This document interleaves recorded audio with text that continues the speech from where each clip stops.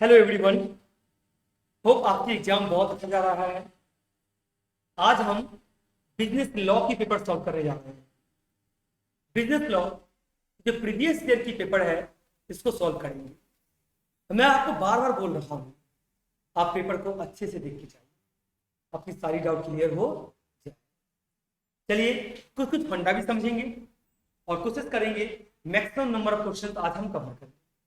हमने दो अलग अलग सेट बना के रखे हैं, ग्रुप ए और ग्रुप बी करके, क्योंकि जो पेपर आ रहा है वो ग्रुप ए और ग्रुप बी के हिसाब से क्लियर नहीं है। ग्रुप ए में जो क्वेश्चंस है वो 1 मार्क्स ईच है, ग्रुप बी में जो है वो 2 मार्क्स ईच है। तो पेपर का पैटर्न अब यही है, तो उसी के हिसाब से पेपर बनाया गया है ताकि आप आसानी से इसको अटेम्प्ट करें। चलिए सॉल्व करते हैं। तो नमस्कार, चलिए हम शुरुआत करते हैं। फर्स्ट क्वेश्चन है the term goods under sales of goods act. तो सेल्स ऑफ गुड्स एक्ट में डज नॉट इंक्लूड, तो क्या इंक्लूड नहीं होता है? इंक्लूड जो नहीं होगा ये हो जाएगा एक्शनेबल क्लेम, ये हो जाएगा एक्शनेबल क्लेम। क्यों? Stock and share, harvested crops and goodwill includes.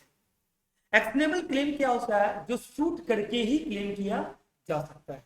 तो ये सेल्स ऑफ गुड्स एक्ट में इंक्लूड नहीं होता है। लड़के नहीं है। नेक्स्ट क्वेश्चन है partnership in India is govern by Indian partnership act 1930। ये पार्टनरशिप जो एक्ट है ना, ये इंडियन कॉन्ट्रैक्ट एक्ट से निकाला गया है। तो इंडियन कॉन्ट्रैक्ट एक्ट सबसे ओल्ड एक्ट जो 1872 में। तो 1930 आपका जो इंडियन पार्टनरशिप एक्ट है ये 1930 नहीं होगा, ये 1932 हो जाएगा। करेक्शन कर लो। सेल्स ऑफ गुड्स एक्ट जो है ये 1930 है। सेल्स ऑफ गुड्स एक्ट जो है ये 1930 है। तो Indian partnership in India is govern by Indian partnership act 1932। Clear नहीं है? क्वेश्चन नंबर 3 में आ जाते हैं। नंबर 3 चलते हैं। नंबर 3 है death of a partner automatically dissolve the firm it is known as. क्या बोलते हैं? अगर किसी पार्टनर का डेथ हो जाए तो पार्टनरशिप फॉर्म ऑटोमेटिकली क्या हो जाएगा? डिसॉल्व हो जाएगा। इसको हम क्या बोलेंगे? Dissolution on the happening of certain contingency, यानी ये अनसर्टेन है, ऐसा हो सकता है, ऐसा हो सकता है। यानी कि मतलब ये बोल रहा है जो किसी पार्टनर के डेथ होने से पार्टनरशिप फॉर्म बंद हो सकता है। Dissolution on the happening of certain contingency, जिसकी जानकारी आपको नहीं होती है कि ऐसा हो सकता है। ऐसा अगर कुछ भी कंडीशन क्रिएट होता है तो पार्टनरशिप फॉर्म बंद हो जाएगा। एकदम ध्यान से देखेंगे। देखिए क्वेश्चंस को हम लोग क्या सॉल्व करते जा रहे हैं। तो 3 का ये हो जाए। क्लियर है कि नहीं है? ओके, नेक्स्ट चलते हैं।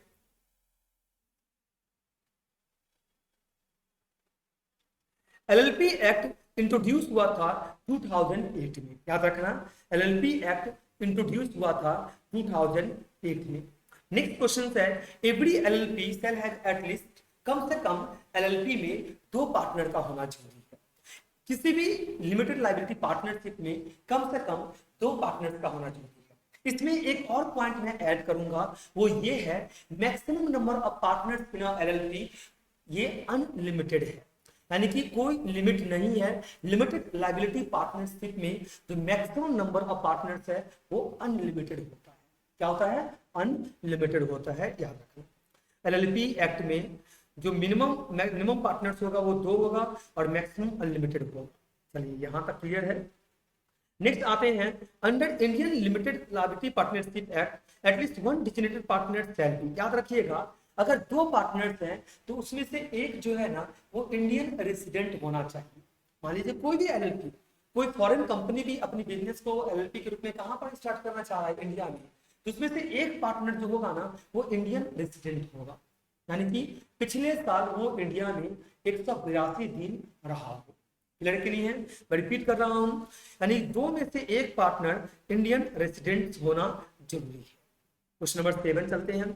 There is no idea of any dash in case of LLP. There is no idea of any dash in case of LLP. Simple सी बात है, ये किसकी बात कर रहा है? ये आपका बात कर रहा है शेयर कैपिटल का।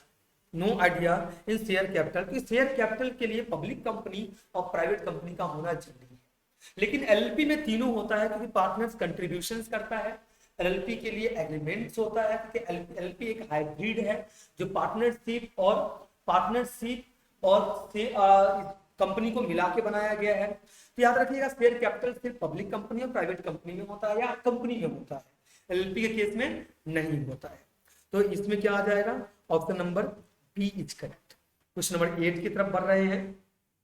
नंबर 8 है दी अंडरटेकिंग्स और contain in a promissory note. Promissory note क्या है, जहां पर मेंबर्स के द्वारा प्रॉमिस किया जाता है, जिसकी जो अनकंडीशनल ऑर्डर में वो बोलता है कि हम इतना अमाउंट पे करेंगे, टू पे a certain some of money. मैं फिर से रिपीट कर रहा हूं, जो सर्टेन सम ऑफ मनी जो पे करेगा ये अनकंडीशनल ऑर्डर में करेगा, कंडीशनल ऑर्डर में नहीं करेगा। किसमें करेगा, अनकंडीशनल ऑर्डर में करेगा। नेक्स्ट क्वेश्चन की तरफ चल रहे हैं। नंबर 9 है bills payable after a fixed time after date is known as, इसको हम टाइम बिल बोलते हैं। क्या बोलते हैं, टाइम बिल बोलते हैं, इसको हम टाइम बिल बोलते हैं। क्या बोलते हैं, टाइम बिल बोलते हैं। नेक्स्ट है member of central consumer protection council should not extend. Member of central consumer protection council should not extend, ये कितना होना चाहिए, याद रखिएगा जो मेंबर है ना वो 150 से ज्यादा नहीं होना चाहिए। 150 member of central consumer protection council should not extend. Sir ये कितना हो जाएगा, 150 हो जाएगा। यहाँ पर एक करेक्शन कर लेंगे, मैं रिपीट कर रहा हूँ 150 लिखे।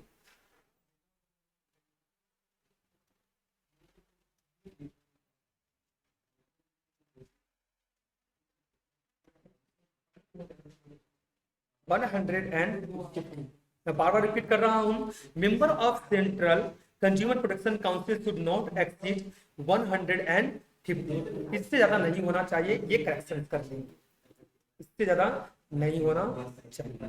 क्वेश्चन नंबर 11 चलते हैं। Any person agreed by an order made by district forum may prepare an appeal on such order to the state commission within, यानी कि ये बोलना चाह रहा है डिस्ट्रिक्ट फोरम से जो केसेस कहा जा रहा है स्टेट कमीशन में, ये पर्सन जो अपील करेगा इसके लिए टाइम लिमिट है, इसके लिए जो टाइम लिमिट है ये 30 डेज की है। कितना दिन की है, 30 डेज की है। Number 12 has defined contract as every agreement and promise enforceable at law is a contract। किसने बोला, किसके अनुसार डिफाइन किया गया है, सेलमेंट के अनुसार। किसके अनुसार, सेलमेंट के अनुसार। क्या किसके अनुसार, सेलमेंट के अनुसार। ये तो कहीं ना कहीं आप समझ लीजिए, थोड़ा सा चेंज कर रहा हूँ। सेलमेंट के केसेस में क्या था, पार्टनर्स की जो लाइबिलिटी था वो लिमिटेड हो गया था, अब इसको थोड़ा सा चेंज कर रहे हैं। ये फेडरिक पोलक होना चाहिए, ये फेडरिक पोलक होना चाहिए, आप इसमें रेक्टिफाई कर लेंगे। Every agreement has promise enforceable at law is a contract, define किया गया फेडरिक पोलक के द्वारा। मार्किंग किए हुए हैं, सेलमेंट नहीं होगा, फेडरिक पोलक हो जाए, फेडरिक पोलक। ओके, नेक्स्ट हम चलते हैं नंबर 13 की तरफ।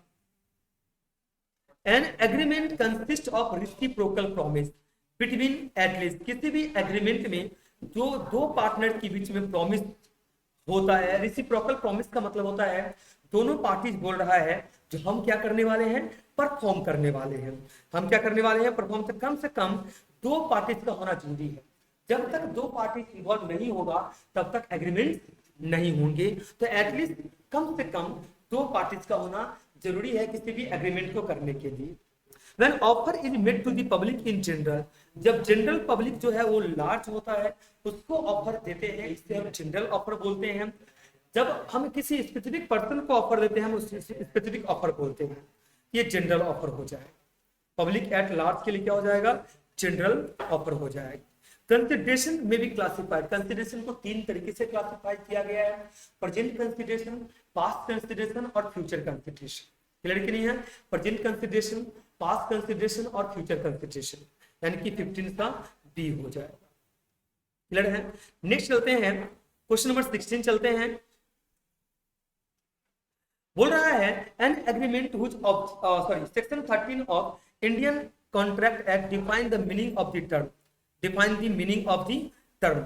ये किसकी बात करता है, याद रखिएगा, ये कंसेंट की बात करता है। किसकी बात करता है सेक्शन 13? कंसेंट। कंसेंट का मतलब होता है दोनों पार्टी जो इन्वॉल्व होगा एग्रीमेंट में, इन दोनों की कंसेंट फ्री होना चाहिए। अगर कंसेंट फ्री नहीं है तो ये वॉइड हो सकता है, वॉइडेबल हो सकता है, फ्रॉड हो सकता है, मिस रिप्रेजेंटेशन हो सकता है और मिस्टेक हो सकता है। तो ये सेक्शन 13 जो डिफाइन किया है, ये किसकी बात कर रहा है? ये कंसेंट की बात कर रहा है, कंसेंट की बात। कुछ कुछ चीजों की सेक्शंस आपको याद रखने पड़ेंगे ताकि आपके एग्जाम्स में जब सेक्शन दिया जाएगा तो आपको लर्न रहेगा, तो आप बेहतर तरीके से परफॉर्म कर सकते हो। तो ये याद रखिएगा। ओके, नेक्स्ट क्वेश्चन है an agreement which object is defrauded others, यानी अगर आप किसी के साथ में भी आपका पर्पस किसका है, डिफ्रॉडिंग का है, तो ये वॉइड माना जाएगा। ये क्या माना जाएगा? ये वॉइड माना जाएगा। फिर नेक्स्ट क्वेश्चन जो है ये 18 है। Dash means cancellations of all of some of the terms of the contract, cancellations of all of the terms of the contract, इसको हम रिसीशन बोलते हैं। क्या बोलते हैं? रिसीशन बोला जाता है। रिसीशन का मतलब होता है जो कॉन्ट्रैक्ट है उसको पूरी तरीके से क्या कर देना, कैंसिल कर देना। क्लियर कि नहीं है? तो ये रिसीशन आ जाएगा। ओके, दूसरी बात मैं आपको बताना चाहता हूं, ऑल्ट्रेशन, नोवेशन, रिसीशन और वेवर, इन चारों को देख के जाना जरूरी है। इन चार में से एक एमसीक्यू देगा ही देगा। रिसीशन का मतलब होता है कैंसिलेशन ऑफ ऑल और some of the terms of the contract. तो आपको अल्टरेशन भी देखना है, यानी कि पुराना जो कॉन्ट्रैक्ट उसको कैंसिल करके नया बनाना, नोवेशंस है, रिसीशंस है, वेवर्स है, ये चारों आपको देख के चला जाना है। नेक्स्ट क्या है, क्वेश्चन नंबर 19 की तरफ चल रहे हैं। A quasi contract is a dash and it is valid. तो ये क्वासी कॉन्ट्रैक्ट क्या है, आप ये समझ लीजिएगा। ये जो क्वासी कॉन्ट्रैक्ट है ना, ये लीगल ऑब्लिगेशंस है और ये वैलिड है। क्वासी कॉन्ट्रैक्ट क्या है? लीगल ऑब्लिगेशंस है एंड ये वैलिड है। सर कैसे समझ में आएगा ये लीगल ऑब्लिगेशंस है? मान लीजिए मैं आपको इसमें इतना बताना चाहूँ, मान लीजिए दो पार्टीज है, ए एंड बी है। ए ने बी को गुड्स डिलीवर करने का कोशिश किया और वो गलती से गुड्स सी के पास में चला गया, तो सी क्या कर रहा है, बी को रिटर्न कर रहा था। जो बी है तो सी जो है वो बी को रिटर्न कर रहा है, तो सी जो है ना वो डैमेजेस किससे क्लेम करेगा, ए से करेगा। तो एक तरीके से लीगल ऑब्लिगेशन ही माना जाएगा, लीगल ऑब्लिगेशन ही माना जाएगा। तो क्वासी कॉन्ट्रैक्ट जो है ना वो लीगल ऑब्लिगेशन है और ये वैलिड है। Sales of goods act 1930 relate करता है मूवेबल गुड्स से। किससे रिलेट करता है? मूवेबल गुड्स से। मैं रिपीट कर रहा हूं, और सेल्स ऑफ गुड्स एक्ट 1930 किससे रिलेट करता है? मूवेबल गुड्स से रिलेट करते हैं। क्लियर कि नहीं है? ये इमूवेबल प्रॉपर्टी को डील नहीं करता है। चलिए, ये 20 क्वेश्चन तो हमारा हो चुका है। नेक्स्ट हम क्वेश्चन नंबर 21 चले आते हैं। नेक्स्ट है 21, बोल रहा है sales of goods in India is governed by the Sales of Goods Act 1930। Indian contract act 1872 में आया था, सेल्स ऑफ गुड्स एक्ट 1930 में आया और इंडियन पार्टनरशिप एक्ट 1932 में आया और एलएलपी 2008 में आया। क्लियर है ना? तो आप याद रखिएगा ये गवर्न किसके द्वारा किया गया है? सेल्स ऑफ गुड्स एक्ट 1930 के द्वारा किया गया। नंबर 22 की हम बात कर लेते हैं। नेक्स्ट क्वेश्चन है contract for the sales of future goods. ये फ्यूचर गुड्स क्या होता है, याद रखना। फ्यूचर गुड्स को हम एग्रीमेंट टू सेल भी बोलते हैं, जहां पर दोनों पार्टी इंस्टेंट परफॉर्म नहीं करता है। हो सकता है दोनों पार्टी फ्यूचर में परफॉर्म करे, या एक ने अभी परफॉर्म किया है, एक फ्यूचर में परफॉर्म करेगा। क्लियर कि नहीं है? तो फ्यूचर गुड्स को हम एग्रीमेंट टू सेल बोलते हैं। याद रखिएगा सर, मैं बार बार रिपीट कर रहा हूँ, फ्यूचर गुड्स को हम एग्रीमेंट टू सेल बोलेंगे। क्या बोलेंगे? एग्रीमेंट टू सेल बोलेंगे, एग्रीमेंट टू सेल बोलेंगे। अब आप बोलोगे सर इसके लिए सेक्शन क्या हो जाएगा? इसके लिए सेक्शन हो जाएगा सेक्शन 3 क्लॉज 3। मैंने वीडियो में ऑलरेडी लिख दिया हूँ, नोट्स में आपको मिलेगा ना, मिल भी सकता है, नहीं मिल सकता है, बट मैं जो वीडियो इसमें मैंने जहां जहां रेक्टिफाई करना है, करेक्शंस करना है, कुछ एक्स्ट्रा डालना है, मैंने डाल दिया है। तो सेक्शन 6 क्लॉज 3 के अनुसार फ्यूचर गुड्स को हम लोग क्या बोलेंगे? Agreement to sell. तो फ्यूचर गुड्स नथिंग, ये एग्रीमेंट टू सेल है जहां पर पार्टी कब परफॉर्म करता है? फ्यूचर में परफॉर्म करता है। पार्टी जहां पर इंस्टेंट परफॉर्म करता है उसे कॉन्ट्रैक्ट ऑफ सेल बोलते हैं, सेल बोल सकते हैं, यानी कि कैश दो और सामान लो। चलिए नेक्स्ट है, जो टेस्ट ऑफ पार्टनरशिप, यहाँ पर मैं एक और ऐड कर रहा हूँ, ट्रू टेस्ट ऑफ पार्टनरशिप, याद रखिएगा। True test of partnership, true test of partnership is validated in the case of, but CU पूछा है टेस्ट ऑफ पार्टनरशिप ही। ये जो टेस्ट पार्टनरशिप का जो टेस्टिंग किया गया है, ये वैलिडेशन किस केस में है? ये केसेस की जो वैलिडिटी है इसको बोलते हैं गार्नर वर्सेस मोरे। याद रखना, ये बहुत पार्टनरशिप का बहुत फेमस केस लॉ है, गार्नर वर्सेस मोरे का।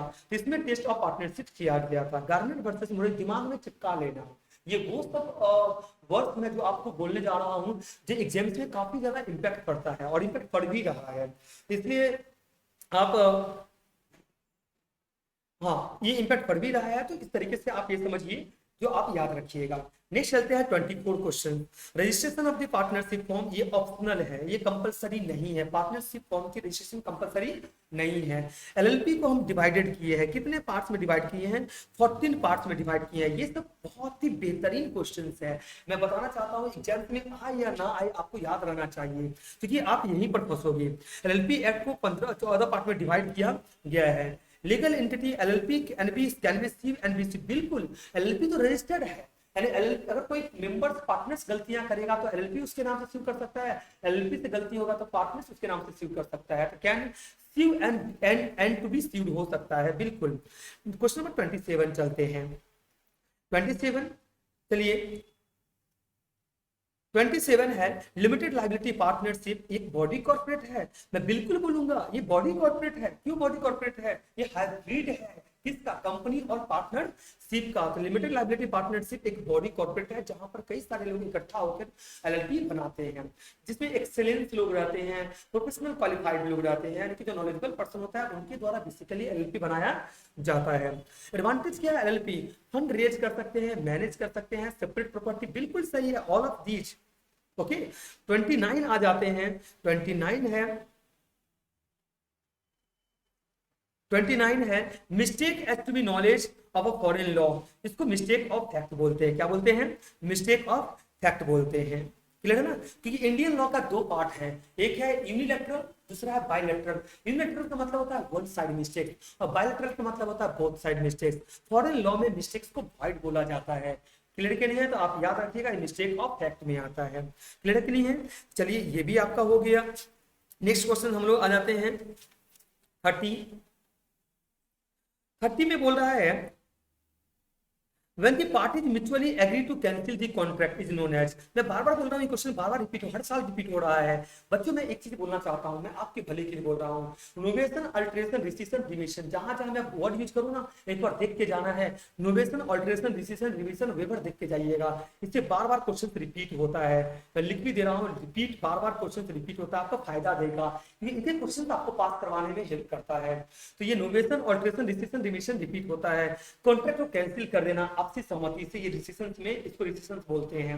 कंटिंजेंट कॉन्ट्रैक्ट क्या है? कोलैटरल एंड अनसर्टेन है। इसका मतलब क्या होता है ना, कंटिंजेंट कॉन्ट्रैक्ट का मतलब होता है it depend on the uncertain future event. हो भी सकता है या नहीं भी सकता है। मैंने बोला कोलकाता पोर्ट से ना शिप से सामान मुंबई में जा रहा है, हो सकता है शिप हुआ संक, रास्ते में शिप इस संक, रास्ते में शिप क्या हो गया? संक हो गया। शिप में जैसे छेद हुआ, शिप डूब गया। ये पता थोड़ी था तो शिप में संक हो जाएगा, हो भी सकता है या नहीं भी सकता है। इंश्योरेंस, ये जो इंडिमिनिटी वगैरह ये सब क्या है? ये सब कंटीजेंट का पार्ट है। इसका एक्चुअल मतलब होता है depending on the uncertain future events, depend करता है अनसर्टेन फ्यूचर इवेंट्स के ऊपर, हो भी सकता है या नहीं भी हो सकता है, इसलिए कोलैटरल एंड अनसर्टेन। बच्चों मैं इतना बोलना चाहता हूँ ना, अगर ये कोलैटरल एंड अनसर्टेन नहीं भी देगा ना तो भी कंटीजेंट कॉन्ट्रैक्ट और विजरिंग एग्रीमेंट से ना क्वेश्चन आना तय है, लिखवा लो, मैं आपको लिख के दे रहा हूँ। कंटिंजेंट कॉन्ट्रैक्ट और विजरिंग से क्वेश्चंस आता है। कंटिंजेंट का मतलब होता है depending on the uncertain future event, और विजरिंग का मतलब होता है पहले से पैसे देखकर फ्यूचर को डिसाइड कर लेना, यानी कि कौन सा टीम जीत सकता है और वो जीतेगा तो वो आप पैसे दोगे और हारेगा तो वो पैसा देगा, यानी कि रिजल्ट पहले से डिसाइड हो जाता है। जहां पर मनी का टर्म्स इन्वॉल्व होता है उससे हम विजरिंग एग्रीमेंट बोलते हैं। ये वो सब पॉइंट्स है ना जो इतनी खतरनाक है, ये सब पॉइंट्स है जेम्स में इसका ना सीयू का ही नहीं, CA foundation, CMA foundation, CF, उन लोग के लिए सेम क्वेश्चन होता है कंटिंजेंट और विजरिंग, ये सब तो आप ये याद रखिएगा। अल्टरेशन, जो रिविशंस है, नोवेशंस है, इन सब से क्वेश्चन भर भर के देता है। Collateral and uncertain. अच्छा, जिस क्वेश्चन की बात मैं अभी करने जा रहा हूँ भैया VVI कर लो, एकदम मैं लिख के दे रहा हूँ, कॉन्ट्रैक्ट में भी डिस्चार्ज, ये 30 बार नहीं आया है।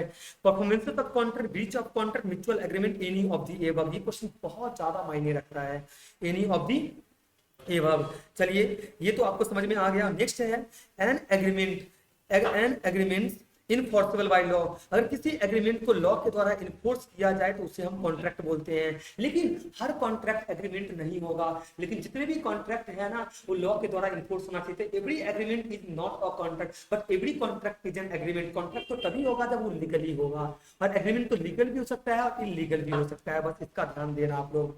नेक्स्ट जो आप देखने जा रहे हो, section dash of the Indian contract act, section dash of the Indian contract act 1872 define proposal. Proposals को डिफाइन कहां पर किया गया है, प्रपोजल्स को डिफाइन कहां पर किया गया है, तो याद रखना प्रपोजल को डिफाइन जो किया गया है ना, तो सेक्शन मेरे अनुसार सेक्शन 2A होना चाहिए, गलत थोड़ा सा मार्किंग कर दिया गया है। मेरे हिसाब से जो मैं पढ़ा हूं उसके हिसाब से सेक्शन 2 क्लॉज ए होना चाहिए, तो आप करेक्शन कर लेंगे। 34 का ऑप्शन नंबर डी, आप डी में आप ये करेंगे, मार्क करेंगे। 2A होता है, प्रपोजल को डिफाइन किया गया सेक्शन 2 क्लॉज ए में। Okay, section 2I of Indian contract act किसको डिफाइन करता है, section 2I of Indian contract act किसको डिफाइन करता है, ये करता है, यहाँ पर वाइड है, मैं थोड़ा करेक्शन कर रहा हूँ, 2I नहीं होगा, ये 2J हो जाएगा। ये क्या हो जाएगा, 2J हो जाएगा। मैं लिख देता हूँ यहाँ पर 2J। 2J ये किसको डिफाइन करता है, वाइड कॉन्ट्रैक्ट को डिफाइन करता है। Section 2J of the Indian contract act में डिफाइन वाइड कॉन्ट्रैक्ट। क्लियर कि नहीं है।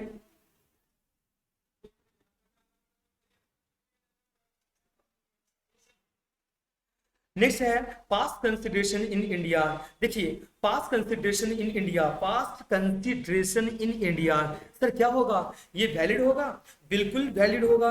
पास्ट कंसिडरेशन इन इंडिया जो है ये वैलिड है, लेकिन मैं यहाँ पर ना एक पॉइंट ऐड करूंगा जो आपको ध्यान में रखना बहुत जरूरी है। पास्ट कंसिडरेशन इंग्लैंड में ना वाइड माना जाता है, मैं रिपीट कर दे रहा हूँ, क्वेश्चन को पैटर्न को चेंज कर सकता है। पास्ट कंसिडरेशन इंग्लैंड में वाइड है और इंडिया में वैलिड है। पास्ट कंसिडरेशन इंग्लैंड में वाइड है और इंडिया में क्या है, वैलिड है। मैं 2 क्वेश्चन यहां पर बोल दिया आपको। पास्ट कंसिडरेशन इंडिया में क्या है, पास्ट कंसिडरेशन इंडिया में क्या है, वैलिड है, और पास्ट कंसिडरेशन इंग्लैंड में क्या है, वाइड है। ये 2 पॉइंट्स आप जरूर याद रखिएगा। नेक्स्ट चलते हैं, the holder in due courses explain in this section. Holder in due courses को कहां पर एक्सप्लेन किया गया है, याद रखिएगा सेक्शन 9 में एक्सप्लेन किया गया है। होल्डर इन ड्यू कोर्सेस को कहां पर एक्सप्लेन किया गया है, सेक्शन 9 में एक्सप्लेन किया गया है। According to the negotiable instrument act, negotiable instrument act, negotiable instruments can be of. Negotiable instrument कितने तरीके के होते हैं, नेगोशिएबल इंस्ट्रूमेंट जो है ना ये आप याद रखिएगा, ये 3 तरीके के होते हैं। कितने तरीके के होते हैं, 3 तरीके का। नेगोशिएबल इंस्ट्रूमेंट्स में प्रोमिसरी नोट्स आता है, बिल्स ऑफ एक्सचेंज आता है और चेक आता है। मैं रिपीट कर दे रहा हूँ, नेगोशिएबल इंस्ट्रूमेंट्स 3 तरीके के होते हैं। इसमें प्रोमिसरी नोट्स आता है, बिल्स ऑफ एक्सचेंज आता है और चेक आता है। 3 टाइप्स हो जाएगा। Objective of central consumer protection council, ये right of consumer education. Consumer education क्या करता है, कंज्यूमर्स को मतलब अधिकार देता है कहीं ना कहीं, और इसका मेन पर्पज होता है जो भैया कंज्यूमर्स को सारी चीजों के बारे में प्रॉपर नॉलेज हो। ओके, यहाँ तक क्लियर है कि नहीं है। ओके, नेक्स्ट है question number 14, the president of the district forum. District forum का जो प्रेसिडेंट होगा वो जज, डिस्ट्रिक्ट जज हो जाएगा। नेक्स्ट है question number 41, according to dash contract is an agreement, according to dash contract is an agreement enforceable by law made between 2 और मोर पर्सन। ये किसके द्वारा बोला गया है, विलियम एंसन के द्वारा बोला गया। किसके द्वारा बोला गया है, विलियम एंसन के द्वारा। क्लियर है ना। मिड बिटवीन 2 और मोर पर्सन के बीच में जो एग्रीमेंट होता है जिसको लॉ के द्वारा इन्फोर्स किया जाएगा, किसने बोला है, विलियम एंसन ने बोला है। अभिक इनवाइट किया था Sreejit for his son rite ceremony, Sreejit ने एक्सेप्ट कर लिया उस इन्विटेशंस को। तो ऐसे इन्विटेशंस को हम लोग क्या बोलते हैं, अरे बच्चों ये कॉन्ट्रैक्ट, ये कोई एग्रीमेंट नहीं है, जस्ट एक इनवॉइस है। तो आप याद रखिएगा इसका नन ऑफ दीज हो जाए, क्या हो जाएगा, नन ऑफ दीज। आप अगर मेरे को अपने घर पे खाना खाने के लिए बुलाते हो तो एग्रीमेंट थोड़ी है, जस्ट एक इनवॉइस है, सोशल इन्विटेशन है। ये क्या हो जाएगा, none of these. Cash withdrawal अगर करते हो ना एटीएम से, इसको टैसिट कॉन्ट्रैक्ट बोलते हैं।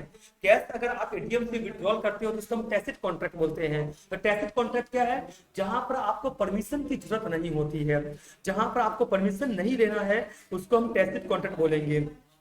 जहां पर हमें परमिशन नहीं लेना है उसे हम टैसिट कॉन्ट्रैक्ट बोलेंगे। क्लियर है कि नहीं है, जहां पर हमें परमिशन नहीं लेना है उसे हम टैसिट कॉन्ट्रैक्ट बोलेंगे। Cash withdrawal through ATM of a bank, ये क्या है, टैसिट कॉन्ट्रैक्ट है। When counter offer is made, जो ओरिजिनल ऑफर जो है ना वो क्या हो जाएगा, लैप्स हो जाएगा। ओरिजिनल ऑफर क्या हो जाएगा, लैप्स हो जाएगा। क्लियर कि नहीं है। Consideration means even the option except the counter offer reject it। considerations means क्या होता है, considerations का मतलब something रिटर्न होता है, इसको रेक्टिफाई कर लेंगे, ये पॉइंट्स नहीं आएगा। कंसिडरेशन का मतलब क्या होता है, समथिंग इन रिटर्न। और लैटिन वर्ड में ना इसको हम क्विड प्रो क्यो भी बोलते हैं, यानी किसी को जब हम गुड्स डिलीवर करते हैं तो उसके बदले में मुझे प्राइस मनी पे किया जाता है, इसे हम कंसिडरेशन बोलते हैं। याद रखिएगा, हम सिर्फ एमसीक्यू ही सॉल्व नहीं कर रहे हैं, हम जो भी इंपॉर्टेंट टॉपिक्स है ना उसकी पॉइंट्स का मतलब भी समझ रहे हैं। कंसिडरेशन का मतलब समथिंग इन रिटर्न्स होता है, इसको लैटिन वर्ड में हम क्विड प्रो क्यो भी बोलते हैं। Okay, criminal act is involve in coercion. Coercion में क्रिमिनल एक्ट भी इन्वॉल्व होता है। कोएर्सन का मतलब होता है थ्रेट टू कमिट क्राइम, किसी को थ्रेट दे करके काम करवाना, यानी किसी को जबरदस्ती आप किसी के ऊपर क्या कर रहे हो, एक्वायर कर रहे हो या उसके ऊपर जबरदस्ती उससे काम करवा रहे हो, in criminal activity. Gun point पे लेकर हम काम करवा रहे हैं, ये किस एक्टिविटी में आ जाएगा, कोएर्सन में आ जाएगा। नेक्स्ट है breach of contract on the date of performances, इसको हम actual breach, the date of performances पे जो ब्रीच होता है उसको हम क्या बोलते हैं, एक्चुअल ब्रीच बोलते हैं। क्या बोलते हैं, एक्चुअल ब्रीच, इसको वीवीआई कर देंगे। एक्चुअल ब्रीच और एंटीसिपेटरी ब्रीच से क्वेश्चन आ सकता है एग्जाम्स में, एक्चुअल ब्रीच से और एंटीसिपेटरी ब्रीच से क्वेश्चन एग्जाम्स में आ सकते हैं। नेक्स्ट है कंटिंजेंट कॉन्ट्रैक्ट आर, फिर मैं बता रहा हूं, देखिएगा एक चीज आप देख रहे हो क्या, एक ही क्वेश्चन को बार बार रिपीट किया जा रहा है। कंटिंजेंट कॉन्ट्रैक्ट को बार बार रिपीट किया, इसका मतलब क्या है, कोलैटरल एंड अनसर्टेन। क्या है, कोलैटरल एंड अनसर्टेन। फिर नेक्स्ट है क्वेश्चन नंबर 49, और in the sales of goods act 1930, गुड्स को किस में डिफाइन किया गया है, गुड्स को डिफाइन किया गया सेक्शन 2 क्लॉज 7 में। किस में डिफाइन किया गया है, सेक्शन 2 क्लॉज 7 में डिफाइन किया गया है। चलिए क्वेश्चन नंबर 50 में आ जाते हैं। बच्चों इतने क्वेश्चन हम लोग सॉल्व कर ले रहे हैं जिससे आसानी से हम 60% 70% क्या कर सकते हैं, स्कोर कर सकते हैं। Auction sale is completed, auction sale कब कंप्लीट होता है, जब फॉल ऑफ हैमर ठक ठक ठक ठक होता है। सुनिएगा, जैसे हाईएस्ट बीडर, जो हाईएस्ट बीडर होगा, जो बिडिंग सबसे हाईएस्ट करेगा, तो वहां पर जो हमारे जो ये होंगे ना, जिस पर्सन के द्वारा ऑक्शन किया जा रहा है वो 3 बार हैमर को ठक ठक करेगा, 1 2 3 करेगा। तो याद रखिएगा यहाँ पर जो है bye the sound of hammer of the auctioneer, auctioneer के द्वारा हैमर किया जाएगा। ये बहुत ही बेहतरीन पॉइंट ये क्वेश्चन है। ऑक्शन सेल तब कंप्लीट होता है जब फॉल ऑफ हैमर, यानी कि बार बार आप जज को देखते हो ना, जज जब डिसीजन अंदर क्या करता है, ठक ठक ठक ठक करता है, तो ये क्या फॉल ऑफ हैमर है। याद रखिएगा by the sound of hammer of the auctioneers. Question number 51 आ जाते हैं। 51 में बात करते हैं a partnership business, a partnership business must have an agreement. हाँ, मैं बोलूंगा मस्ट हैव एन एग्रीमेंट होना जरूरी है। पार्टनरशिप बिजनेस में मस्ट हैव एन एग्रीमेंट होना जरूरी है। चलिए नेक्स्ट चलते हैं। Okay, voluntary dissolution in the form can be of 4 types. Voluntary dissolution 4 तरीके से हो सकता है। आप बोलोगे सर कौन से 4 तरीका है, पहले वाले को बोलते हैं कंपल्सरी डिसोल्यूशन, दूसरा एग्रीमेंट के द्वारा हो सकता है, तीसरा notice of partnership at will आता है, और चौथा आता है on the occasion of certain continuancy, like partners का डेथ हो जाता है तब डिसॉल्व हो सकता है। तो याद रखिएगा compulsory dissolution by agreement, notice of partnership at will, on the occasion of certain contingency. अब जरूरी नहीं है, यहाँ पर बोल रहा है voluntary dissolution in of a form can be of, हो सकता है जो मैंने 4 वर्ड यूज किया ना वही 4 में से कोई एक ऑप्शन में दे देता तो आप कंफ्यूज हो जाओगे। 4 टाइप्स में पहला क्या आता है, कंपल्सरी डिसोल्यूशन आता है, दूसरा एग्रीमेंट आता है, तीसरा notice of partnership at will आता है, चौथा on the occasion of certain contingency आता है। नेक्स्ट है LLP act came into effect on, भैया ये क्वेश्चन तो स्टैम्प है, कैम इनटू इफेक्ट डेट दे देगा किस दिन हुआ था, कैम इनटू इफेक्ट ऑन, तो इफेक्ट हुआ था 31 मार्च 2009 को, 31 मार्च 2009 को।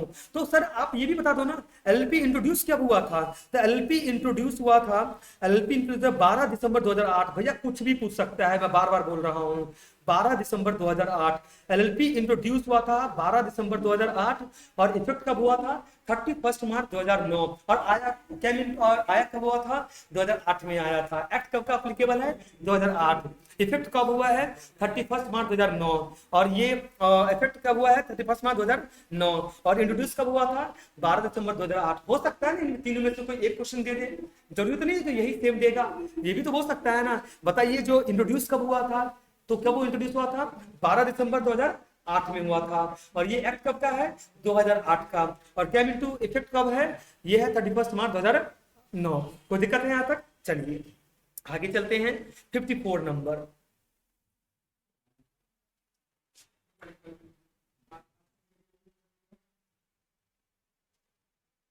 54 विच of the following is not a content of LLP agreement. देखो बच्चों इसमें नेम ऑफ एलएलपी भी आएगा, प्रॉफिट शेयरिंग भी आएगा, और इसमें भी आएगा प्रोजेक्टेड बिजनेस भी आएगा, प्रोस्पेक्टस नहीं आएगा। प्रोस्पेक्टस सिर्फ पब्लिक कंपनी के द्वारा ही इशू किया जाता है, मैं रिपीट कर रहा हूं, प्रोस्पेक्टस सिर्फ पब्लिक कंपनी ही इशू करता है। कौन इशू करता है, पब्लिक कंपनी, तो याद रखिएगा ये नहीं आएगा, प्रोस्पेक्टस नहीं आएगा एलएलपी एग्रीमेंट्स में। ड्रॉअर को हम किस सेक्शन में एक्सप्लेन किए हैं, ड्रॉअर को हम किस सेक्शन में एक्सप्लेन किए हैं, जो ड्रॉई को हम किस सेक्शन में एक्सप्लेन किए हैं, ड्रॉई के लिए है सेक्शन 7, याद रखना सेक्शन 7 है। Bills payable for trade transaction, इसको हम ट्रेड बिल बोलते हैं। Schedule dash of LLP act 2008 describe the mutual right and duties of partnership in LLP. तो शेड्यूल किस में लिखा गया है, ये शेड्यूल जो है शेड्यूल इसका 1 है, याद रखना इसका शेड्यूल क्या है, शेड्यूल 1 में म्यूचुअल राइट एंड ड्यूटीज दिया गया है, पार्टनर्स उसको डिस्क्राइब किया गया है। LLP are administered by ROC, बिल्कुल आरओसी का मतलब होता है रजिस्टर्ड ऑफ कंपनी, क्या होता है रजिस्टर्ड ऑफ कंपनी। नेक्स्ट है central council shall conduct at least, कितने मीटिंग्स बैठाते हैं central council, central council at least कितने मीटिंग बैठाते हैं, एटलीस्ट 1 मीटिंग तो बैठाएंगे ही बैठाएंगे एक साल में, क्लियर कि नहीं है। डिस्ट्रिक्ट फोरम में मेंबर का एज कम से कम कितना होना चाहिए, 35 साल होना चाहिए। सर स्टैम्प क्वेश्चन है, ये वो क्वेश्चन है जिसका चांस बहुत ज्यादा होगा एग्जाम्स में आने का, 35 year.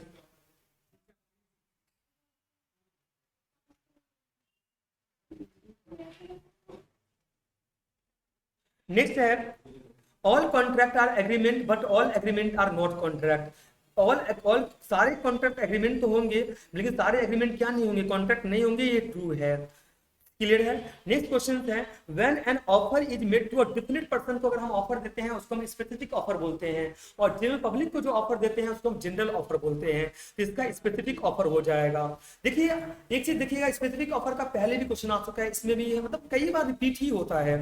Match is a fixing contract between a cricket player, तो फिक्सर को इलीगल माना जाए, क्या माना जाएगा कि मैच फिक्स करना इलीगल एक्टिविटी है। An agreement inter into without free consent, बिना किसी फ्री कंसेंट का, बिना किसी फ्री कंसेंट का अगर आप एग्रीमेंट करते हो तो ये वॉइडेबल माना जाता है। बिना किसी फ्री कंसेंट का अगर आप एग्रीमेंट करते हो तो ये वॉइडेबल माना जाता है। ये कब होगा, बिना किसी फ्री कंसेंट का अगर एग्रीमेंट करोगे तो इसमें आता है कोअर्सन, इसमें आता है अनड्यू इन्फ्लुएंस, इसमें आता है मिस रिप्रेजेंटेशन, इसमें आता है फ्रॉड, और इसमें आता है मिस्टेक। तो ये क्या है, बिना किसी फ्री कंसेंट का है तो ये वॉइडेबल माना जाएगा। अच्छा देखिए फिर से आ गया कॉन्ट्रैक्ट में भी डिस्चार्ज, क्या हो जाएगा, परफॉर्मेंस ऑफ कॉन्ट्रैक्ट हो जाएगा, breach of contract, mutual agreement. मैंने क्या बोला, आप आसानी से लॉ में पास कर जाओगे, मैं आपको लिख के देता हूँ, क्योंकि क्या है लॉ में जो है ना क्वेश्चन लिमिटेड होता है इन चैप्टर्स में, जहां पर एक ही क्वेश्चन की क्या होता है बार बार रिपीट किया जाता है। तो आप मेरा वीडियो ध्यान से देखना और सारे क्वेश्चन को अपडेट करके जाना, आप आसानी से पास करोगे। ये आ जाएगा performance of contract, breach of contract, mutual agreement. The consideration is defined, the consideration is defined, तो कंसिडरेशन को डिफाइन किया गया है, कंसिडरेशन को डिफाइन किया गया है किसमें, जो कंसिडरेशन को डिफाइन किया गया है ये आपका कहीं ना कहीं आ जाएगा सेक्शन 2D।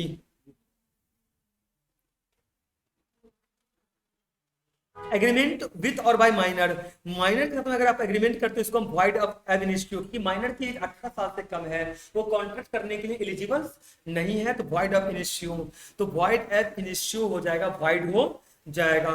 जनरल इंश्योरेंस का जो कॉन्ट्रैक्ट होता है वो वैलिड होता है। Sales of goods act 1930 relate करता है किससे? मूवेबल गुड्स से।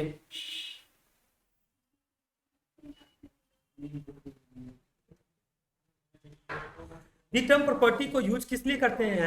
ओनरशिप के लिए करते हैं। ये किस लिए करते हैं? ओनरशिप। पोजीशन का मतलब होता है ओनरशिप ट्रांसफर नहीं हुआ, जस्ट प्रॉपर्टी को यूज कर रहे हो। तो प्रॉपर्टी जो वर्ड है ना, इस सेल्स ऑफ गुड्स एक्ट में जो यूज होता है किसके लिए होता है? ओनरशिप के लिए होता है। In the absence of an agreement, अगर ये एग्रीमेंट अब्सेंस है तो पार्टनर्स को इंटरेस्ट, कैपिटल के ऊपर इंटरेस्ट नहीं मिलेगा। अगर एग्रीमेंट एब्सेंस है तो पार्टनर्स को कैपिटल के ऊपर इंटरेस्ट नहीं मिलेगा, तो non entitle. Partnership is a relation between two और मोर पर्सन, दो या दो से ज्यादा पर्सन के बीच में रिलेशनशिप को ही हम क्या बोलते हैं? पार्टनर। यानी दो, जहां पर पार्टनरशिप एग्रीमेंट में कम से कम दो या दो से ज्यादा पर्सन क्या हो? इन्वॉल्वमेंट हो।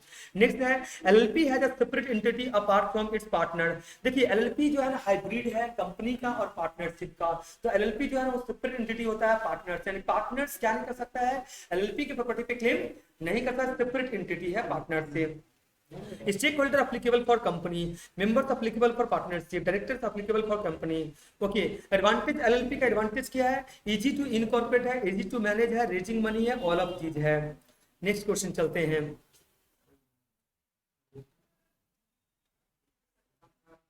नेक्स्ट है इन केस ऑफ एलएलपी में मिनिमम नंबर ऑफ पार्टनर्स 2 होना चाहिए, मैक्सिमम अनलिमिटेड है। रजिस्ट्रेशन ऑफ एलएलपी मैंडेटरी है। नेगोशिएबल इंस्ट्रूमेंट एक्ट कब आया था? 1881 में आया था, 1881 में आया था।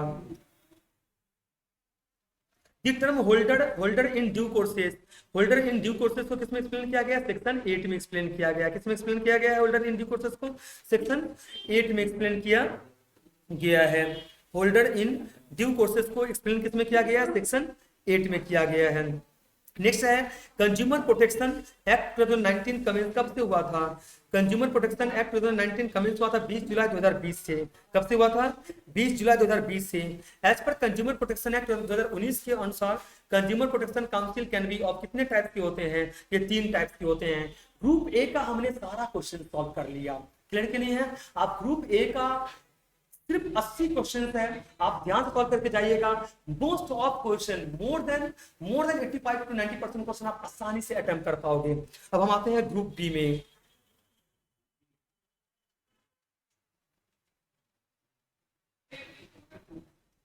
ग्रुप बी क्या है? when the personal property of a partner is being used in the business of the firm, ये क्वेश्चन ऑफ फैक्ट है जो पार्टनर्स के रेफरेंस में किया जाता है। क्वेश्चन ऑफ फैक्ट है जो पार्टनर्स के रेफरेंस में किया जाता है, क्योंकि intention whether it has become the property of the firm.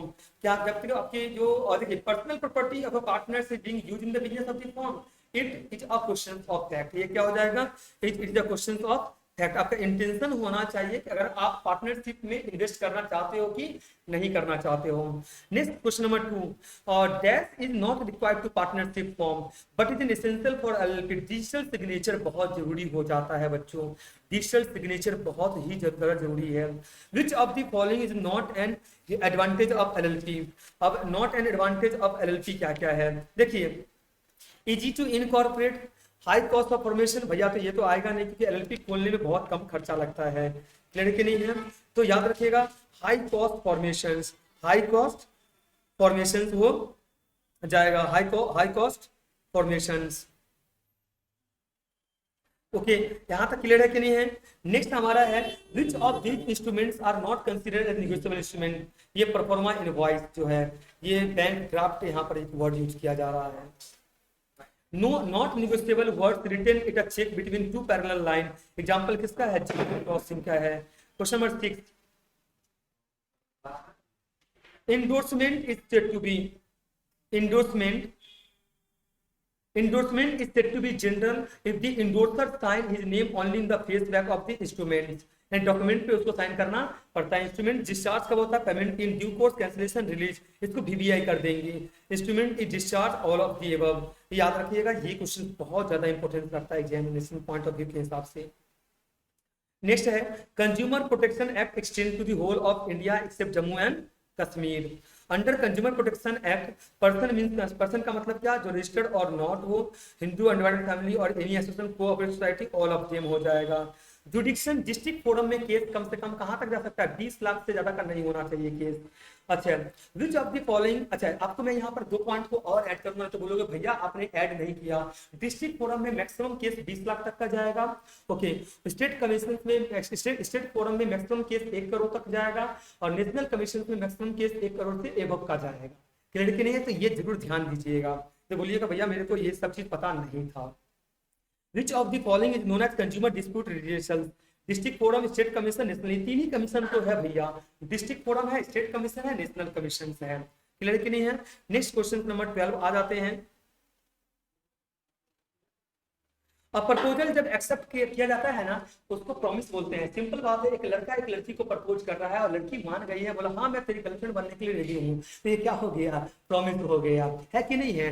जब किसी प्रपोजल को एक्सेप्ट किया जाएगा तो क्या हो जाएगा, प्रॉमिस हो जाएगा। मान लो लड़की ने थप्पड़ दे दिया तो क्या ये प्रॉमिस है, ये प्रॉमिस नहीं है। क्यों, क्योंकि उसने प्रपोजल को एक्सेप्ट ही नहीं किया। प्रॉमिस का मतलब है ना, ये यही प्रॉमिस किसमें कन्वर्ट हो जाएगा, कंसिडरेशन, समथिंग इन रिटर्न। बाबू मैं तुम्हारा फोन चेक करूंगा, सोना मैं तुम्हारा फोन चेक करूंगा। अभी कंसिडरेशन जब होगा तो एग्रीमेंट बनेगा। क्लियर ना, कहाँ जा रही हो, अच्छा मैं यहाँ जा रहा हूँ, अच्छा तुम बताइए नहीं आज तुम यहाँ पे घूमने के लिए गई थी, तो लड़का कौन था, अरे वो लड़की कौन था, तो यही बन जाएगा एग्रीमेंट, कॉन्ट्रैक्ट बन जाएगा। क्लियर है कि नहीं है, याद रखिएगा। प्रपोजल को जब एक्सेप्ट किया जाएगा तो इसे हम प्रॉमिस बोलेंगे। When the consent of a party is not free, अगर किसी पार्टी का कंसेंट फ्री ना हो तो उसको हम वॉइडेबल बोलते हैं। तो पार्टी का कंसेंट कब फ्री नहीं होता है, जब कोएर्सन आता है, अनड्यू इन्फ्लुएंस आता है, फ्रॉड आता है, मिसरिप्रेजेंटेशन आता है और मिस्टेक्स आता है। चलिए ये भी हो गया। Person making the offer is known as, जो person making the offer is known as, उसको हम ऑफरर बोलते हैं। ये क्या करता है, ऑफर बनाता है। क्लियर के नहीं है, ऑफर देता है। क्लियर है ना, किसको देता है, ऑफरी को देता है। See okay. Next question, which of the following statement is false, must be illusory होना चाहिए। Sir must move as a desired promise हो सकता है, मैं मूव फ्रॉम एनी पर्सन कर सकता है, must be of some value, उसकी कुछ वैल्यू होनी चाहिए, हो सकता है, तो मस्ट बी इलिजियरी यानी मोस्ट नहीं होगा, ये मस्ट हो जाएगा। मस्ट बी इलिजियरी यानी कि 15 का ऑप्शन नंबर सी। पता नहीं मैं क्यों बोल रहा हूँ, जिस बच्चे ने 6 महीना बिल्कुल नहीं पढ़ा होगा ना, आप सिर्फ मेरा 1.5 घंटे का वीडियो ध्यान से देखना, कसम से बता रहा हूँ आप पास करोगे। ये मेरा एक्सपीरियंस बता रहा है, जिस बच्चे का पास करना तय है इस लॉ में। Must be illusory. क्लियर है। नंबर 16 आते हैं, minor agreement void ab initio decided from the leading case. Mohori Bibee versus Dharmdas का केसेस है माइनर का, याद रखना। क्लियर कि नहीं है। पार्टनरशिप में याद रखना है, पार्टनरशिप में भी आपको केस लॉ के बारे में हमने बताया था, गार्नर वर्सेस मुरे का। एग्रीमेंट टू पे मनी, इसको तो वीवीआई कर दो भैया। एग्रीमेंट टू पे मनी और money worth of the happening और non happening specific uncertain events. थोड़ा सा यहाँ पर मिस्टेक्स है, इसको कंटिजेंट नहीं बोलते हैं, इसको विजिटिंग एग्रीमेंट बोलते हैं। यानी जो फ्यूचर इवेंट्स को लेकर जो एग्रीमेंट किया जाता है, जहाँ पर मनी इन्वॉल्व होता है, उसको हम विजिटिंग एग्रीमेंट बोलते हैं। आपको पता नहीं है जो मैच कौन जीतेगा और उसके ऊपर बेटिंग लगाना आपने स्टार्ट कर दिया, पहले से डिसीजन बन चुका है, जब ये मैच जीतेगा तो तुम 10,000 देना और ये मैच जीतेगा तो हम 10,000 रुपया देंगे। इसको हम वेजरिंग एग्रीमेंट बोलते हैं। क्या बोलते हैं, वेजरिंग एग्रीमेंट बोलते हैं। Agreement for lawful consideration but with unlawful object is void.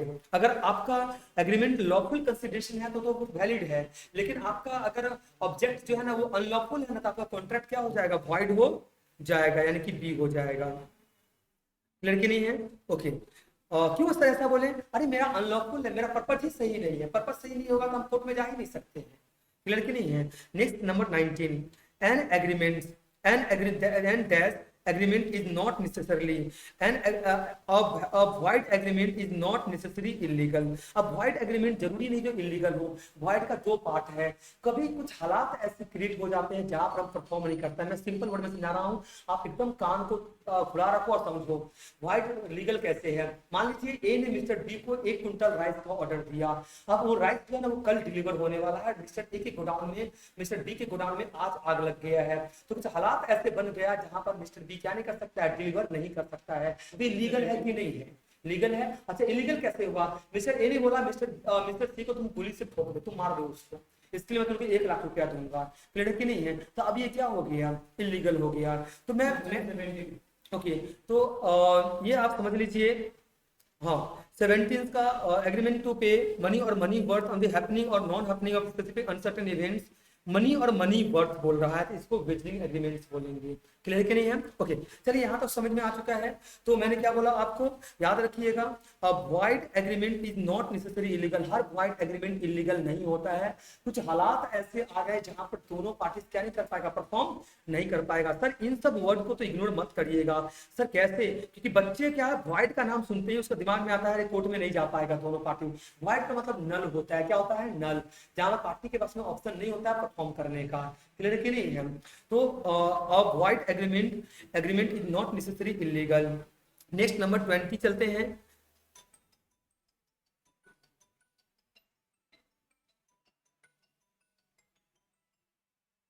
The discharge of contract means coming to an end an obligation, जब पार्टी परफॉर्म कर देगा तो कॉन्ट्रैक्ट क्या हो जाएगा? डिस्चार्ज हो जाएगा। 21 in case of breach of contract which of the following remedy is available to the agreed party, क्या कर सकता है? जब कॉन्ट्रैक्ट ब्रीच करेगा तो suit for rescission, suit for damage, suit for specific performances, यानी कि ऑल ऑफ दीज हो जाएगा। नेक्स्ट क्वेश्चन क्या है? 22 बेलमेंट, बेलमेंट विदाउट रिवॉर्ड और कंसिडरेशन इज कैटिट्यूस बेलमेंट। सिंपल सी बात, आपके घर में शादी है, मेरे पास में गाड़ी है, आपने बोला संदीप सर मेरे को गाड़ी थोड़ा दे सकते हैं क्या? मेरे को थोड़ा किसी रिलेटिव्स को छोड़ने बार बार ना, मेरे को बहुत खर्चा लग रहा है। मतलब कोई दिक्कत नहीं है राहुल, एक काम करो गाड़ी आप यूज कर लो। क्या कर लो? गाड़ी आप यूज कर लो। तो मैंने अपनी स्वाभिमान से आपको दिया है गाड़ी, आपका जैसे शादी कंप्लीट हो जाएगा आप गाड़ी क्या कर देंगे? आप हमें वापस कर देंगे। तो याद रखिएगा ये विदाउट रिवॉर्ड, यानी इसके बदले में कुछ पैसे मिलते नहीं है। ग्रेच्युटी सर, गाड़ी जितना दिन तक आप यूज करोगे आप मेरे को पैसे पे नहीं करोगे, क्लियर कि नहीं है? 22 का बी, और A agree to sell his old phone valued at ₹2000 to B और dealer in exchange of a new smartphone and agree to pay difference in cash. तो इसको हम बोलते हैं एक्सचेंज। क्या बोलते हैं? एक्सचेंज बोलते हैं, क्लियर है ना? बार्टर के बदले में पता क्या होता है? बार्टर के बदले में होता है जो गुड्स लेना और गुड्स देना, क्लियर है ना? और एक्सचेंज वर्ड मैंने क्यों यूज किया? मतलब एक फोन है, ये एक फोन है, इस फोन की कीमत 20,000 रुपया है, आपने 12,000 रुपया कैश दिया है और 8,000 रुपया पुराना फोन की कीमत हो गया, इसको हम एक्सचेंज बोलेंगे। क्या बोलेंगे? एक्सचेंज बोलेंगे। तो याद रखिएगा ये एक्सचेंज हो जाएगा। नेक्स्ट जो हमारा है breach of condition under the sales of goods act, ये रेपुटेशन ऑफ कॉन्ट्रैक्ट हो जाता है। क्या होता है? रेपुटेशन ऑफ कॉन्ट्रैक्ट हो जाएगा। नेक्स्ट क्वेश्चन आता है 25, the delivery of key of warehouses in which goods are stored amount, यानी डिलीवरी ऑफ की जो यहाँ पर वर्ड यूज कर रहा है ये सिंबॉलिक डिलीवरी के लिए है। किसके लिए है? सिंबॉलिक डिलीवरी के लिए है। राइट ऑफ लियन और right of stoppage in transit simultaneously क्या नहीं होता है? अनफिट सेलर के लिए एक्सरसाइज नहीं हो सकता, इसलिए ये फॉल्स है। Partnership form is not a legal person, ये कोई लीगल पर्सन नहीं है, क्लियर के नहीं है? कि पार्टनरशिप फॉर्म को चलाता कौन है? पार्टनरशिप तो चलाता है in the absence of any partnership deed में, अगर एब्सेंस पार्टनरशिप डीड में अगर नहीं लिखी गई है कुछ बातें तो पार्टनर्स का रेमुनरेशन नहीं मिल सकता है, पार्टनर्स का कैपिटल के ऊपर इंटरेस्ट नहीं मिलेगा। इंटरेस्ट लोन मैक्सिमम कितना परसेंट होगा? 6% होगा। तो remuneration from the form taking part in the affairs of the form हो जाएगा इसका। नेक्स्ट क्वेश्चन है 29, a firm can be dissolved by written notice of dissolution given by a partner in case। तो याद रखिएगा ये पार्टनरशिप एट विल की बात कर रहा है जहां पर रिटन नोटिस देना पड़ता है जो पार्टनरशिप फॉर्म को बंद करने जा रहा है। एलएलपी इज अ हाइब्रिड, अरे सिंपल बात है भैया, एलएलपी दो चीजों को लेकर बनाया गया है, कंपनी प्लस पार्टनरशिप। याद रखना पार्टनरशिप एंड कंपनी दिया है ना, तो कंपनी प्लस पार्टनरशिप का हाइब्रिड क्या है? एलएलपी है, यानी उससे क्या निकल के आया है? एलएलपी निकल के आया है। 30 भी हो गया क्वेश्चन। नेक्स्ट क्वेश्चन चलते हैं।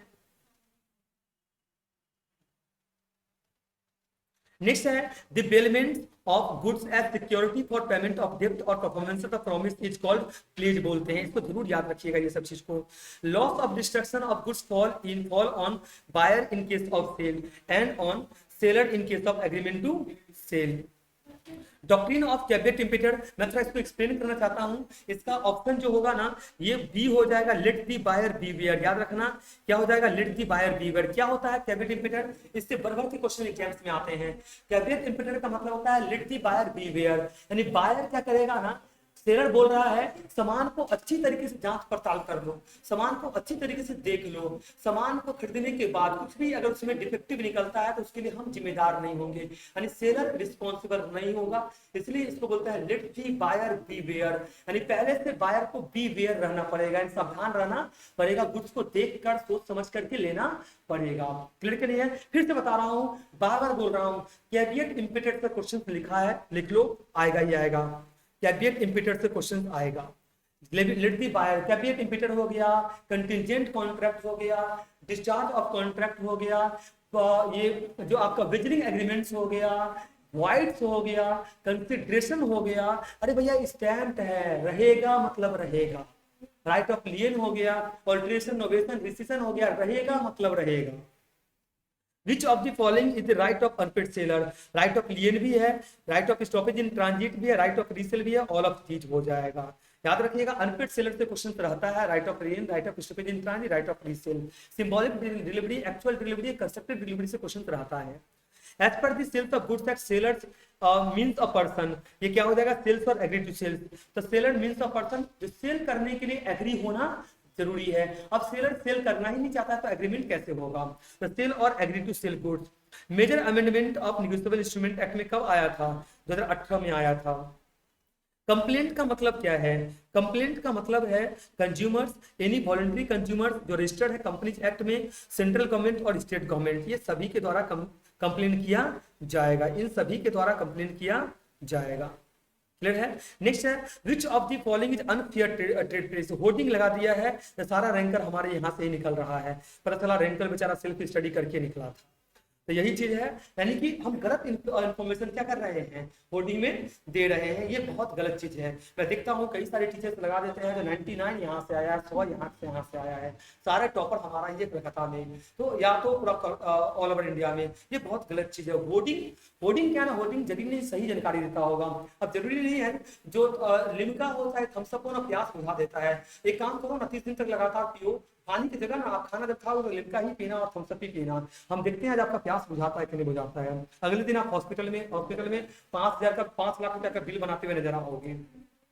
लड़के नहीं है तो ये होर्डिंग हो गया। Next section 8 of consumer protection act 1986 explain the objective of state consumer protection council है। चलिए 39 भी हो गया। नेक्स्ट चलते हैं 40।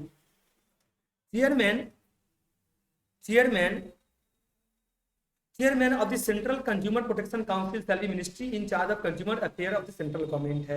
नेक्स्ट क्वेश्चन था 41।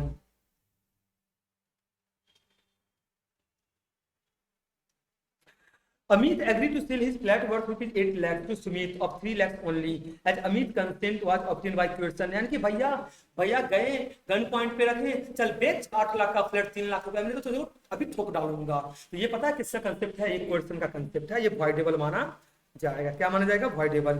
Contract is an agreement creating and defining obligation between the parties, ये डिफाइन किया गया है सेलमेंट में।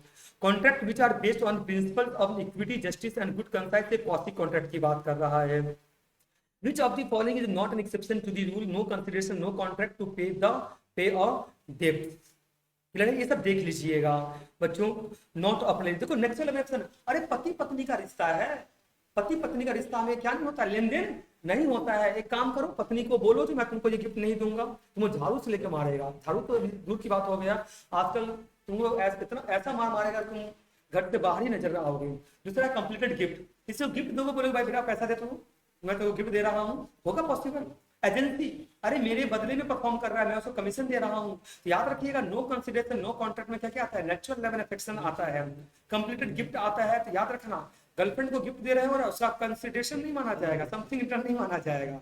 कल को जब ब्रेकअप होगा ना तो वो वापस नहीं मिलने वाला है। ये आपको जो ये गुड्स है ना, ये आपको वापस नहीं मिलेगा। और गलती से भी डायमंड का रिंग मत दे देना, नहीं तो फिर तो आप तो गए काम से। लड़के नहीं है तो इसमें क्या नहीं आएगा? टू पे और डेप्ट नहीं आएगा। नेक्स्ट है, अच्छा कुछ लड़कियां अगर वीडियो देख रही हो, कुछ क्या सारे लड़कियां वीडियो देख रही हो तो हमारे भाई बहन जैसे हैं, तो प्लीज बात का बुरा मत मानिएगा।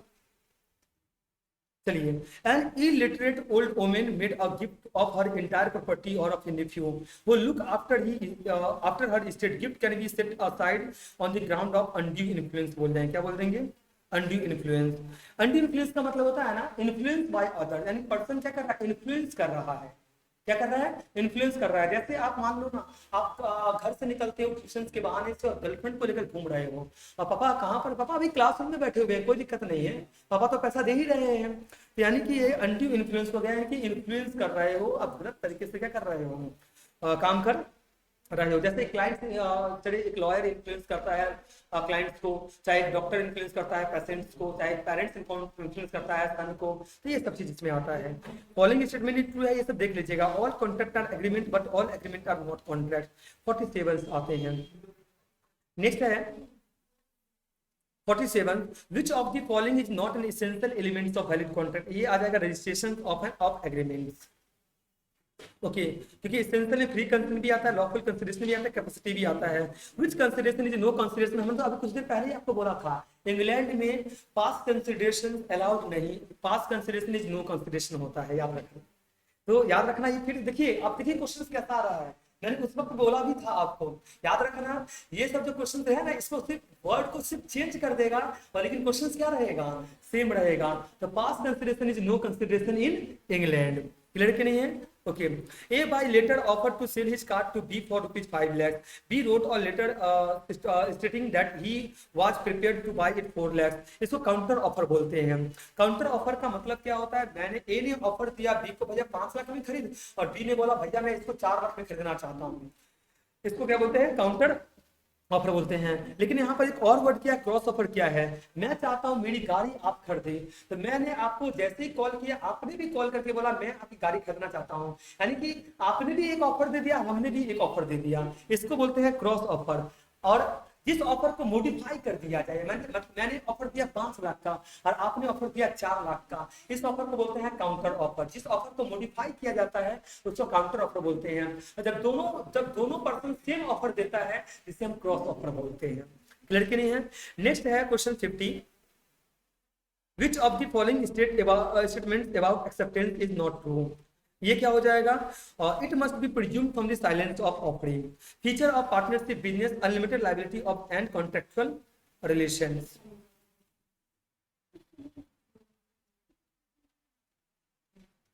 Partnership firm can be form up to majors, कम से कम 18 साल से ज्यादा तो होना ही चाहिए, तभी आप पार्टनरशिप ये कर सकते हो, क्रिएट कर सकते हो।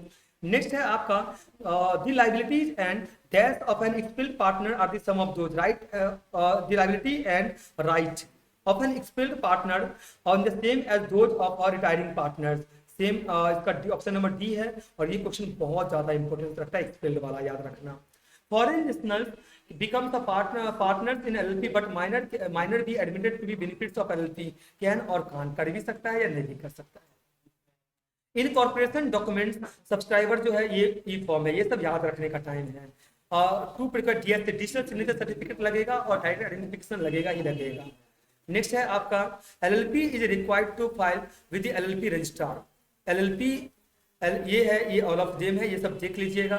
Bill subscription must be in writing होना चाहिए, बिल सब्सक्रिप्शन राइटिंग होना चाहिए। Which of the following is not a negotiable instrument, postal order and currency notes, ये नहीं आएगा। The definitions of promissory notes has been given in section 4 में है। Principle of utmost good faith, ये VVI कर दीजिएगा, अटमस्ट गुड फेथ होना चाहिए कि बिना गुड फेथ का पार्टनरशिप बिजनेस नहीं कर सकता है, तो अटमस्ट गुड फेथ होना ही चाहिए। Firm can be dissolve by और written notice and dissolve with resolution of partnership in case of partnership at will हो जाएगा। ये सब देखते चला जाना है। अब्सेंस ऑफ एग्रीमेंट ये मैं ऑलरेडी आपको बता चुका हूं, आप याद रखिएगा, ना ही इंटरेस्ट मिलेगा ना ही रेम्युनरेशन मिलेगा। Which of the following is not right of partners, अच्छा ये तो वीवीआई क्वेश्चन है, याद रखिएगा। Following not a right of partner, right to audit books of account, क्या नहीं कर सकता है, बुक्स ऑफ अकाउंट को ऑडिटिंग नहीं कर सकता है, नॉट राइट ऑफ पार्टनर्स।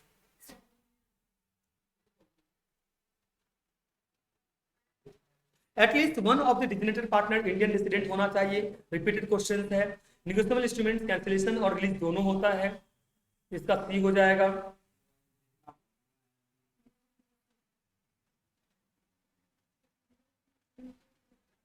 बाकी सेक्शन का है जो आप सिर्फ चेक कर सकते हैं। अनफेयर ट्रेड प्रैक्टिस का सेक्शन 2 क्लॉज 1R, ये देख सकते हैं, नास versus AV Das. Okay, object of consumer protection act, right to assured, be heard, सिक्रेटियल। प्लीज अंडरलाइन कर लेंगे, ऑब्जेक्टिव ऑफ कंज्यूमर प्रोटेक्शन का ये तीनों आ सकता है, एश्योर्ड, बी हर्ड एंड सिक्रेटियल। ये बहुत ज्यादा इंपॉर्टेंट है।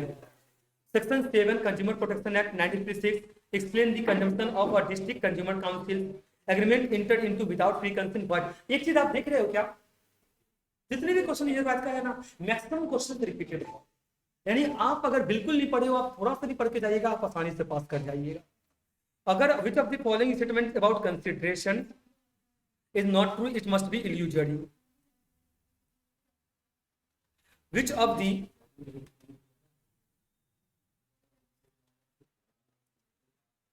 Every agreement is a contract, गलत बात है भैया। हर contract, every contract is an agreement, but every agreement is not a contract. Agreement legal भी हो सकता है और इलीगल, लेकिन कॉन्ट्रैक्ट क्या होगा, लीगल ही होगा। एग्रीमेंट इज एन एक्सेप्टेड, जो क्या बोलते हैं, प्रॉमिस बोलते हैं। Okay, which can be recognised, which can be recognised mode of discharge. Same question मैं पहले करवा चुका हूं, all of these. Consent threat अगर देता है सुसाइड वगैरह का, कमिट सुसाइड, थ्रेट देना, ये क्या है, क्वेश्चन में आता है। मिस्टेक्स, अगर इंडियन लॉ के अनुसार जो मिस्टेक्स होगा वो वैलिड होगा, और फॉरेन लॉ के अनुसार वॉइड होगा, याद रखना। इंडियन लॉ के अनुसार मिस्टेक्स वैलिड है, और फॉरेन लॉ के अनुसार क्या है, मिस्टेक्स वॉइड है। इसको मिस्टेक ऑफ फैक्ट बोलते हैं। तो ये सब चीज याद रखिएगा। बागड़ी टू पे 6 lakh secure of employment, government job दिलवा देना अपना आसान है क्या, वैलिड होगा, नहीं भैया वैलिड नहीं होगा, वॉइड होगा, करेक्शन कर लेंगे। कोई अगर मेरे को ये बोले कि भाई मैं 6 लाख रुपया दे मैं तेरे को गवर्नमेंट जॉब दिलवा दूंगा, ये तो लीगल है क्या, ये इलीगल है, तो ये वॉइड हो जाएगा। Essential condition content contract, future में होता है, कोलेट्रल है, अनसर्टेन है, ऑल ऑफ दीज, ये तीनों पॉइंट याद रखना। और हो सकता है ऑप्शन में सिर्फ फ्यूचर ही दे, कोलेट्रल ही दे या अनसर्टेन दे, ये तीनों कंटीजेंट कॉन्ट्रैक्ट के एसेंशियल कैरेक्टरिस्टिक्स है। नेक्स्ट क्वेश्चन,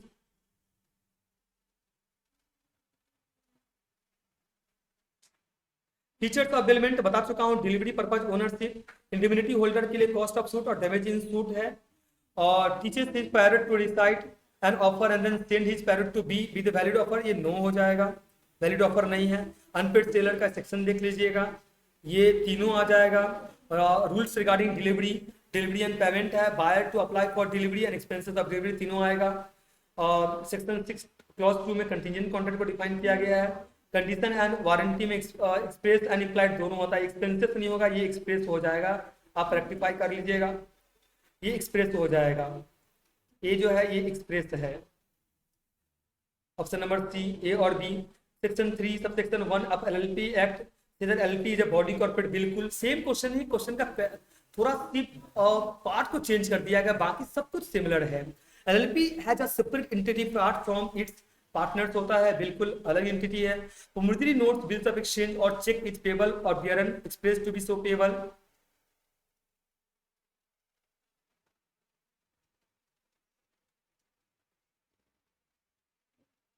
चलिए, अब bills of exchange payable on a sight, demand bill बोलते हैं इसको, डिमांड के अनुसार जो किया जाता है, सेक्शन 5, ये सब देख लीजिएगा, सेम क्वेश्चन रिपीटेड है। Express contract means contract made by words either spoken or written, documents and both words, other words हो सकता है, यानी कि all of these में आ जाएगा।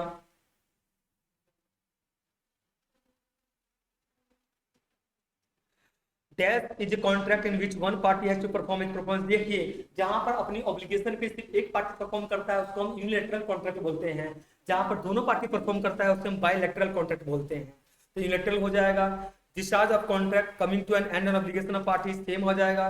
Special kind of contract section 124 to 28 है, which can be recognized as made of discharge contract, same चीज है, परफॉर्मेंस है, म्यूचुअल एग्रीमेंट है, इम्पॉसिबिलिटी है। Contract of bailment is terminated due to efflux of time, consideration must move as a desire of the Chinnaiah versus Ramaiah का cases है। Sales of goods act कहां से निकला है, इंडियन कॉन्ट्रैक्ट एक्ट से निकला है। डिलीवरी कितने तरीके का होंगे, एक्चुअल, कंस्ट्रक्टिव एंड सिंबॉलिक होंगे, ये आ सकता है, मुझे ऐसा लग रहा है ये क्वेश्चन आ सकता है एग्जाम्स में। अनएसर्टेन गुड्स को ही हम लोग जेनरिक गुड्स भी बोलते हैं।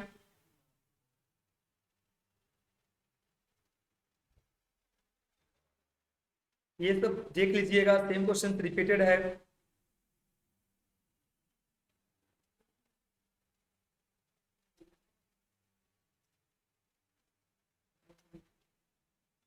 A firm in a computer business has 10 partner. If it want to include 5 more partner in the business, कर सकता है, बिल्कुल कर सकता है.